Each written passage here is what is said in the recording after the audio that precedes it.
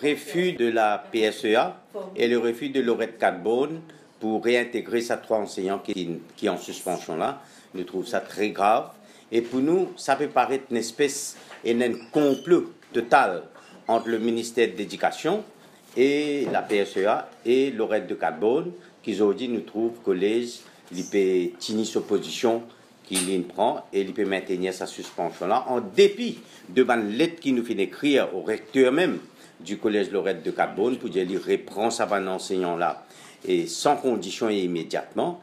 Et là récemment, il a envoyé une lettre directeur PSEA pour mettre lui devant toutes ses responsabilités. Il fait l'historique du case et il dit que sa suspension là est illégale parce que en vertu de section 38 de Employment Rights Act et non un délai qui vient observer entre le moment qu'un employé lui commet une faute et quand vient informer de sa faute là, nous avons un délai de 10 jours qui vient observer.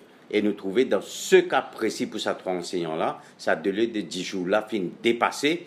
Donc pour nous, la suspension est illégale.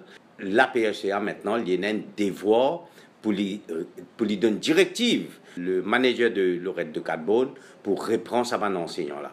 Moi, le directeur de PSEA, moi, je donne un délai jusqu'à 4 mai pour répondre est-ce qu'il pourrait intégrer les autres ou non. Le directeur du PSEA, il garde ce silence.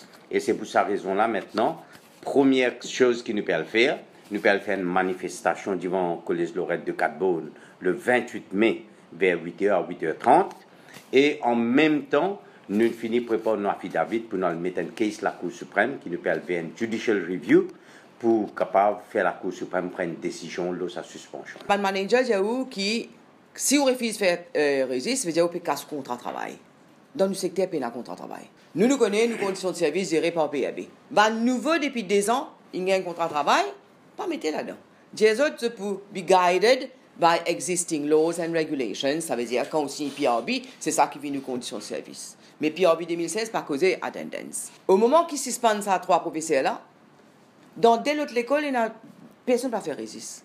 Pas de où depuis là, dès tout le temps, ça ne va pas faire résiste. Qui fait 10 dans Laurette Cadbone, qui suspend 3 professeurs.